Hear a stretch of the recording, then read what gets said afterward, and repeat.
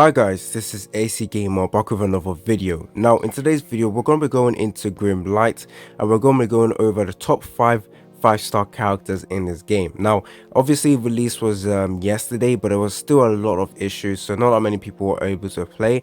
But I have been playing for a few hours now and I can actually say I know some of the best characters now as we have more time to play the game. Obviously our opinions on certain characters will change, but right now this is my first initial look at the characters, and we'll be going over the top 5 ones like you should actually reroll for as well, and the top 5 5-star characters that are absolutely good. So hopefully you guys like this video. Stay tuned for more content on Grimlight. Now the updates or the game has actually been pushed back, so it's not a global release anymore, it's an open beta. So that means they will be doing a global release later on, and they will be giving out more resources, and I think they're going to release a second server as well. We'll have to see and wait for more updates from the game developers. But yeah, stay tuned for more content on Grimlight. If you guys enjoyed this video, make sure you click the like button. It helps out with the algorithm and it also helps other people find this video. Okay, let's get right into it. So my re-rolling wasn't too good. I only actually had one account that was good, and this was it. So I did get multiple 5-star characters. However, I wouldn't say I had got the best. I mean, some of them are actually good, but there is a few 5-star characters I didn't get, but I really would have loved because they are absolutely amazing. This video, I don't think I will be talking about the characters in order. So the character I mentioned at number 1 might not be the best, but it is still the top 5 5-star characters in my opinion. So the first one I will talk about is going to be Dracula over here. Now Dracula is a good character. He is a 5 cost, which is kind of high compared to all other 5-star characters we have at the moment, but he actually does something very good. Now he is going to be very important for physical team. Now this is one of those games that has physical teams and magical teams as well, and Dracula is going to be a character for the physical team because he provides the physical resistance. So he's able to reduce physical resistance by 20% with his basic one. So every 3 hits he's able to deal damage and weaken the characters as well. Also with his active skill, he is able to do quite a bit of damage, and it has a knockback with his skill. Now this damage is not technically AoE, it's not an area damage, but it is like a forward facing dash, like a Getsuga Tensho from the Bleach series. It's not that bad, and I think the main important thing about him is his natural 20% lifesteal as well as he can get stronger the more enemies he kills. So this character is going to be very good for physical team. Definitely would recommend re-rolling for this character. Moving on to number 2, we have Alice, which in my opinion I would like to say she's completely busted. She's completely broken. Now the thing about her that makes her broken is this ability over here. So what's it called? Strikes 3 times. She deals true damage. True damage basically ignores defense stats and just does the max amount of damage possible. If the enemy has less than 20% HP, they are executed. That means they instantly die.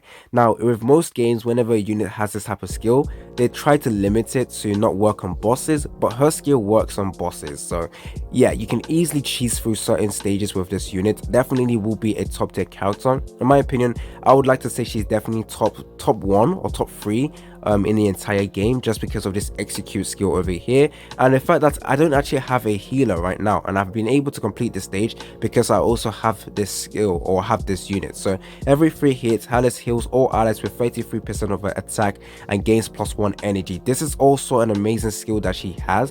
Now +5 energy is what you would need to actually do the active skill, I think.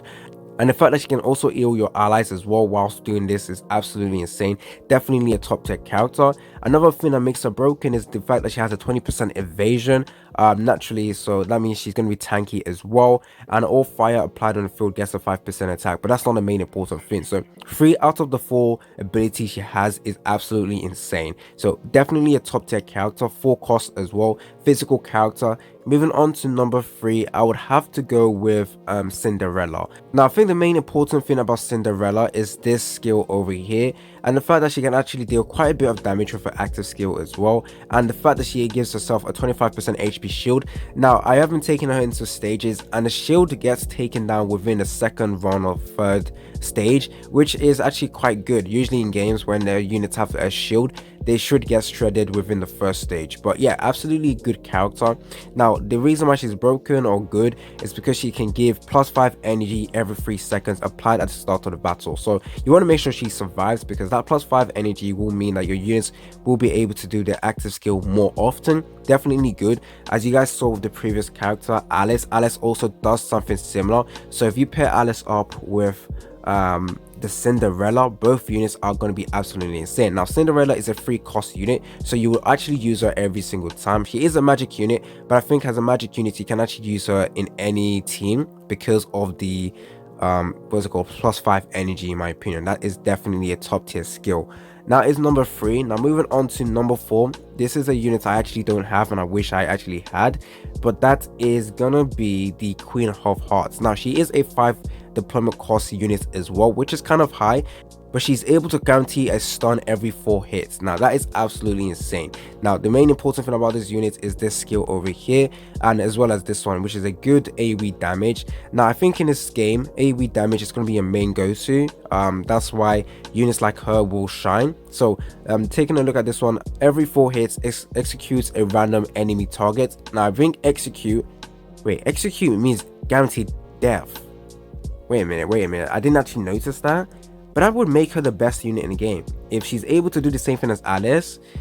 Where is it? They are executed.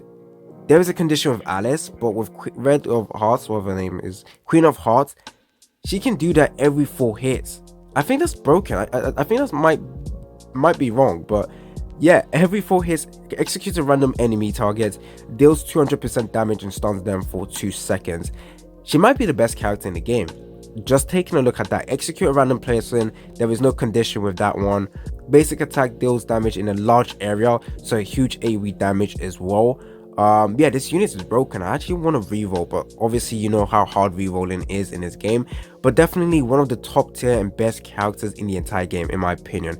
Definitely very, very good. Now that is number 4, but as you can see with the skills, she could be number 2 or number 1. Coming in at number 5, we have the Winter Queen, which is a magic unit. I think most of the units I mentioned right now were physical, but this Queen of Hearts is actually a magical character as well. But Winter Queen is absolutely a good character in my opinion, just because she can deal huge amounts of area damage. So all enemy takes a 10% damage per second while Winter Queen is in field, and because she's a full cost unit, you can easily deploy her within the first stage, and getting yourself a huge AoE damage is going to be absolutely insane. Basic attack also inflicts movement speed decrease as well as attack speed decrease. And the fact with her ultimate skill over here, or active skill, sorry, she's able to deal huge area damage for 3 seconds. Enemies with frost debuff will be frozen, so she's able to instantly freeze units as well. Going over to her passive skill, after every 3 hits, mystical ice crystals will strike 2 random enemies, will deal 120% magic damage while inflicting frost. So every 3 hits, frost will be given to an enemy, and when she does this skill, any units with the frost debuff will be frozen. So absolutely insane 5-star character as well. Now in this game, most of the 5-star characters are actually good, so I want to talk about several other ones that are absolutely good but unfortunately did not make it on this list. But Dorothy over here is going to be the best healer in the game. Yeah, I know I should have put her in the top 5, but I've just seen a lot of broken units in this game already, so it's very hard to position characters. But Dorothy over here is going to be the best healer in the game and will help your team survive. This one over here gives shield every single time, healing every 3 hits as well by 200% of her attack. Yeah, very, very top tier character. Now this unit over here does look to be very, very strong.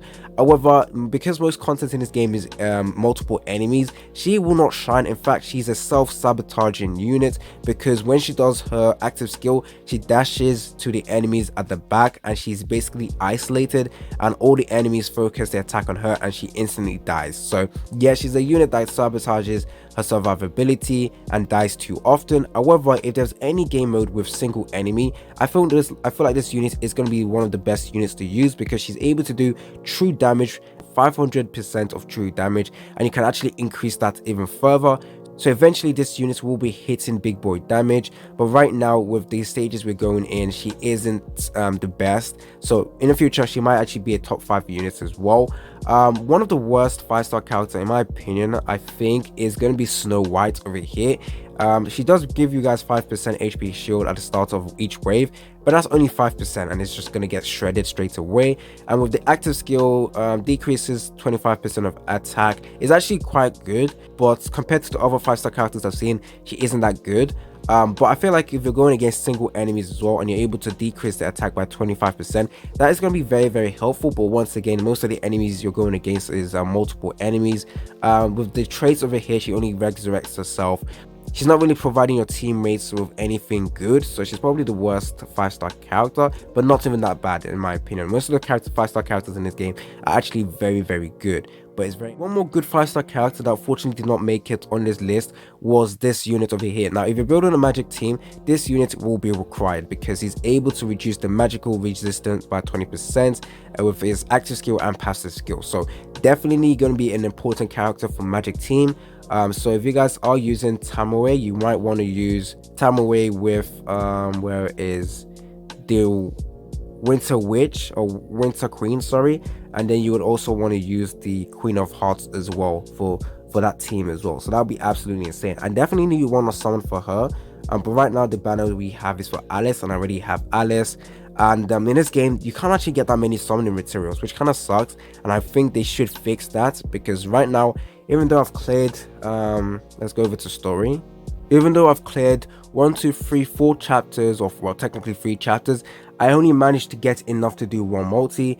Yes, they do give you some summoning materials when you complete the stages, but that is only a one-time resources, and as you can see, you can only get like 70 max. So 1 2 3 4 5, yes, 70 summons max. And then with the diamonds you get over here, you probably only get 2 multis, so that is not nearly enough. There is still room for improvement, so I do hope the game developers do improve this game. But that is it for the video, guys. I've gone over some of the best characters in the game, characters to reroll for, and yeah, I would actually love to reroll again, but right now I've used up all my Google Play accounts, so I have to wait for the rest to get deleted before I can reroll again. But this is going to be the temporary account I use at the moment. So hopefully you guys like this video. Stay tuned for more content on Grimlight. It's been your boy AC Gamer. Don't forget to like and subscribe, and I'm out. Was it the voice? Was it the fire burning in me? All of the noise turned into choirs of harmony.